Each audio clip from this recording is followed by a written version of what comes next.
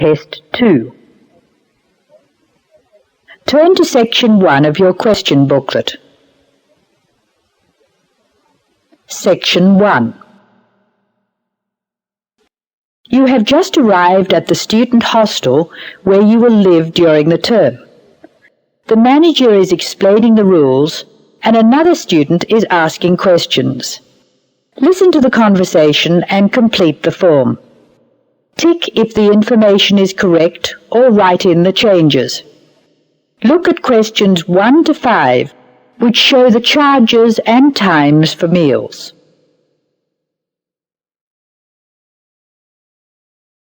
Now we shall begin. You should answer the questions as you listen, because you will not hear the recording a second time. First, you have another chance to look at questions 1 to 5. Now listen carefully and answer questions 1 to 5. Excuse me, I want to ask you about the charges for meals. Are they the same as they were last year? No, I'm afraid they're not. We've managed to keep most of them the same, but we've had to increase the charge for breakfast. How much is it now? It's $2.50. It used to be $2. I see. What about lunch? It's unchanged, still $3.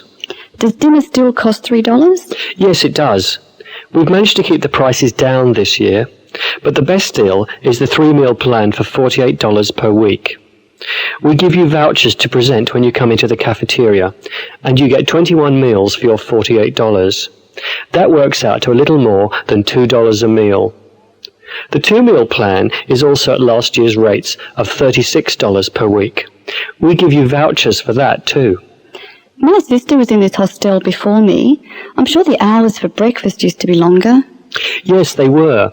They used to be 7 to 9:30, but to keep our expenses down, we made them 7 to 9. Lunch is the way it was, though. Hold on, dinner, 6 to 7:30, isn't that a change? Yes, it is, and in fact the form is wrong. It used to be 5:30 to 7:30, but now it's 6 to 8 p.m. 6 to 8 p.m, that's good. So, which plan would you like? I'd like to think about it, please. I need to check my lecture schedule. Now look at questions 6 to 8. Listen to the conversation between the student and the manager and match the places in questions 6 to 8 to the appropriate letters A to F on the map.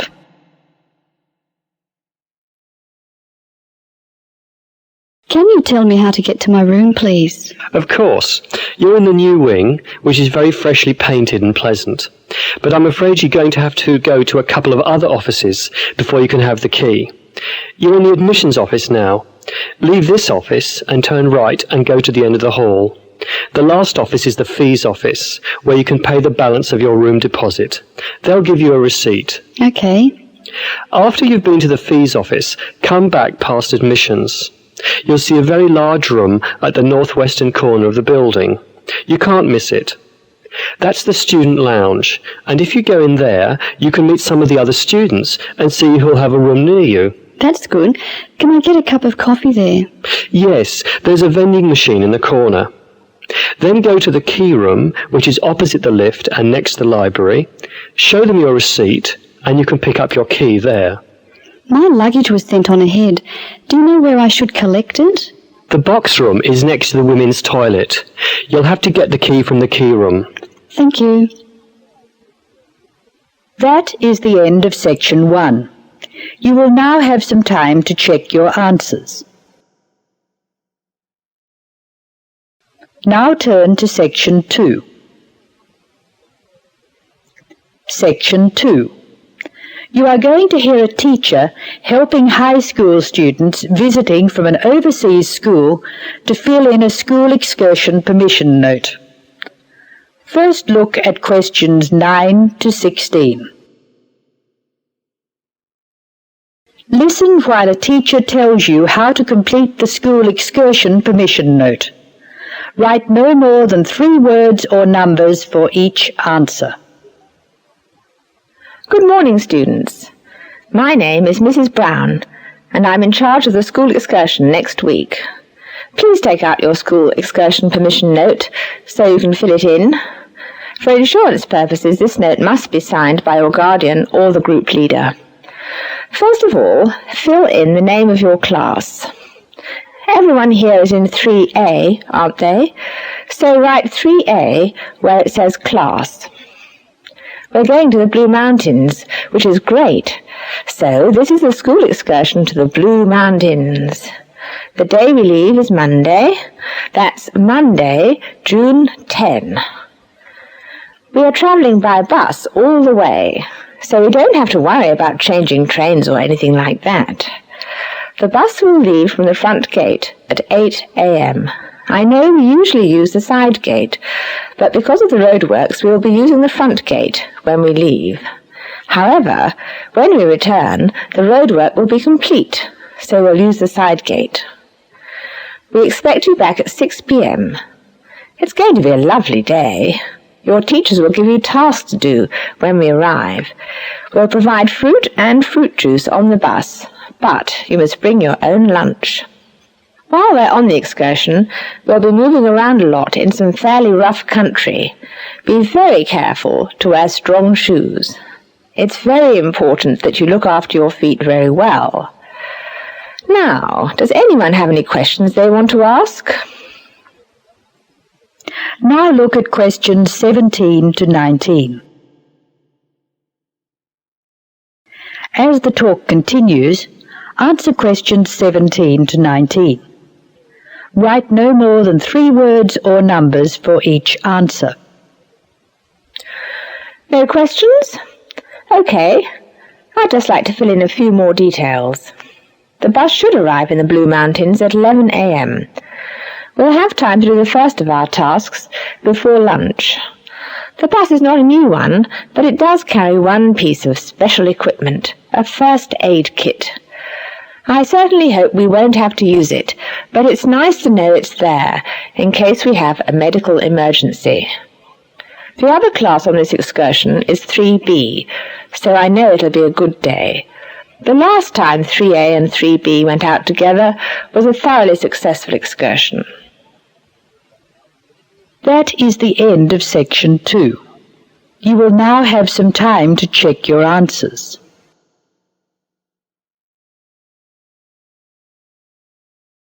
Now turn to section 3. Section 3.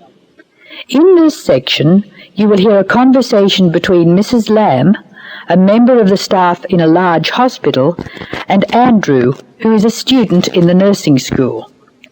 Mrs. Lamb is explaining the rules about visiting hours in the hospital. Look at questions 20 to 25. Listen to the first part of the conversation and answer questions 20 to 22. Complete the table showing when visitors may go to the different parts of the hospital. Hello, Andrew. I believe you want to know about visiting hours. Yes, I do, Mrs. Lamb. I have to fill this form out, and I'd like to have some idea why the different parts of the hospital have different times for visiting. I see. Well, let's start with an obvious one. Intensive care. People in intensive care are very sick indeed, and for that reason, we say that visitors can come between 6 a.m. and midnight. I can understand that. At the other end of the scale, our maternity patients are usually quite well, but we restrict their visiting hours from 8 a.m. to 8 p.m. We find they get very tired if we permit visitors all the time. I see. What about the surgical wards? The doctors prefer to do their rounds early in surgical, so visiting hours are 9 a.m. to 9 p.m. Surgical patients are often on very heavy painkillers, and they aren't really very good company for their visitors. But surely the visitors come to cheer up the patient, not the other way round. Of course, and often the visitors are able to help the patient a lot. That's why we allow visitors all day, the full 24 hours in the emergency ward. They help comfort the patient while they're waiting to be diagnosed. In the second part of the discussion, Andrew will ask Mrs. Lamb about the people who are allowed to visit patients. Look at questions 23 to 25 first. Complete the table showing who is allowed to visit and the number of visitors permitted. Use the letter A to show that adults may visit, E to show that everyone may visit, and I to show that only immediate family may visit. Of course, it's not just everyone who can visit a sick patient. People in intensive care can only be visited by their immediate family. What's more, we only allow 2 people in at any time. We let children of the immediate family in to visit people in intensive care, but we don't like to do it. It's very hard on the children, and it may distress the patient. However, if the patient asks for the child, and the family agrees, that's okay. What about children in maternity? Of course we let them in. We're very pleased to see their mothers. The rule in maternity is everyone may visit, up to 6 people at a time. The maternity ward is quite sociable after all. The surgical ward must be different. It is indeed. We don't allow children in the surgical ward because of the danger of infection. And as you know, we restrict the hours. There are a lot of procedures which must be carried out on surgical patients, and we only let 2 visitors come in at a time. And in emergency, people are allowed to visit all the time? Oh yes, we rely on patients' relatives to be there for them, and we permit everyone to visit the emergency department at all hours. However, we restrict it to 3 visitors for each patient. Otherwise, the room just gets totally crowded. Now listen to Mrs. Lamb explaining where Andrew will spend the first week of his training. Circle 2 letters. An example has been done for you. Look at questions 26 and 27.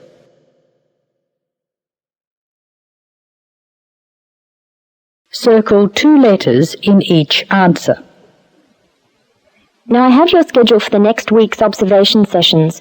Are you ready? Yes. Where do I start? On Monday, you'll be in male surgical in the morning and in female surgical in the afternoon. You'll be following Dr. Shea on her rounds. Thank you. And on Tuesday? On Tuesday, you'll be with Dr. Thomas in the morning and Dr. Robertson in the afternoon. No, that can't be right. You're with Dr. Thomas in the afternoon and Dr. Robertson in the morning. Do I ever get to see Dr. Kim? Yes, you'll be with Dr. Kim on Thursday and Friday. She'll take you through the children's ward and through our new teenage ward for 12 to 15-year-olds. Great. I've read a lot about that new ward. Will I see the schoolroom? Maybe another time. Now look at questions 28 to 30. Now answer questions 28 to 30. Write no more than 3 words or numbers for each answer. And what will I do on Wednesday? On Wednesday, you'll join the other students for lectures. You'll be in the Redmore lecture room between 8 and 10 a.m. and later between 2 and 3 p.m. Thank you. Do you know how big my class is? The intake this term is 200 first-year students. I'm pleased to say about 1/3 are men, which is good. Nursing used to be an almost entirely female occupation. I know. My father trained as a nurse, and he was considered very unusual. Is he still working as a nurse? Yes, he's working in a hospital in the country.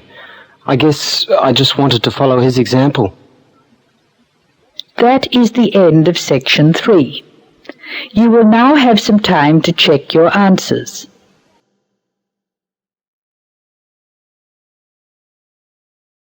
Now turn to section 4. Section 4.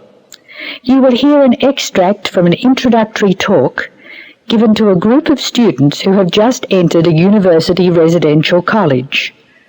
The speaker is the principal of the college. Listen to what the speaker says and answer questions 31 to 38. First, you have some time to look at questions 31 to 35. Now listen carefully and answer questions 31 to 35. Good morning and welcome to Scholastic House. I'm delighted to see you here. It is my duty to explain to you some of the history of our college and some of the traditions which I hope you will uphold. The idea for Scholastic House was expounded by Samuel Wells in 1898. Wells was a visionary whose ideas were well ahead of his time. He wanted a college which would encourage friendship between people of different races and nationalities. Wells died in 1900 before he could see the college in action. Scholastic House finally began operating in 1903 with 10 students. Those students came from Asia, Europe, and the Americas.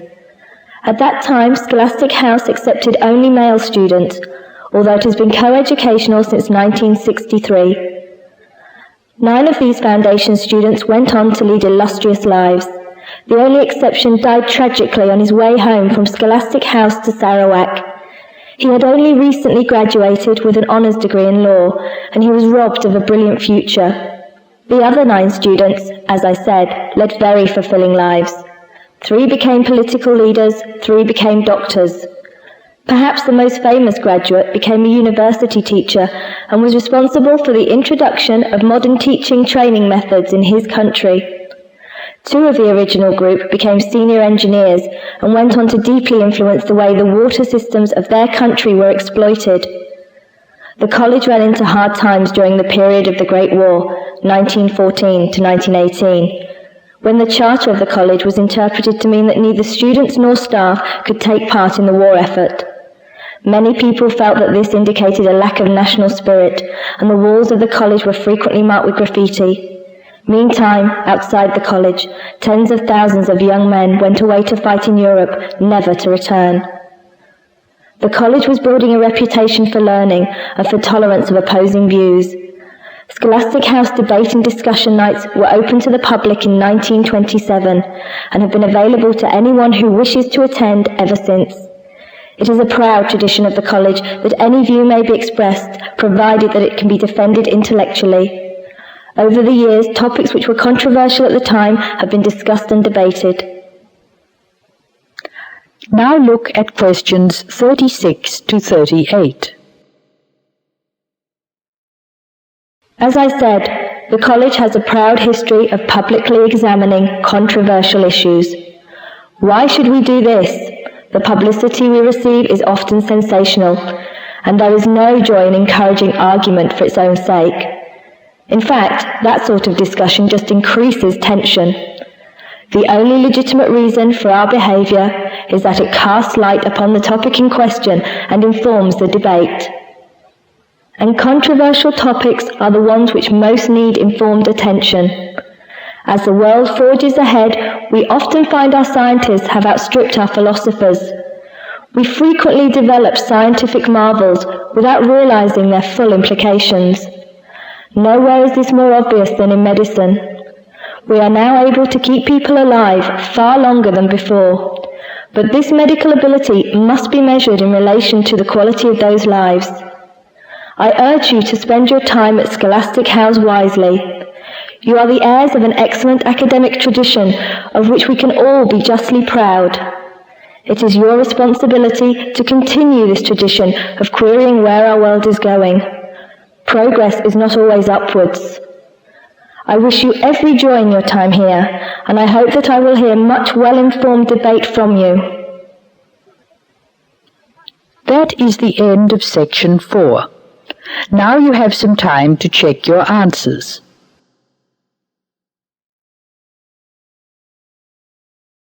That is the end of test 2.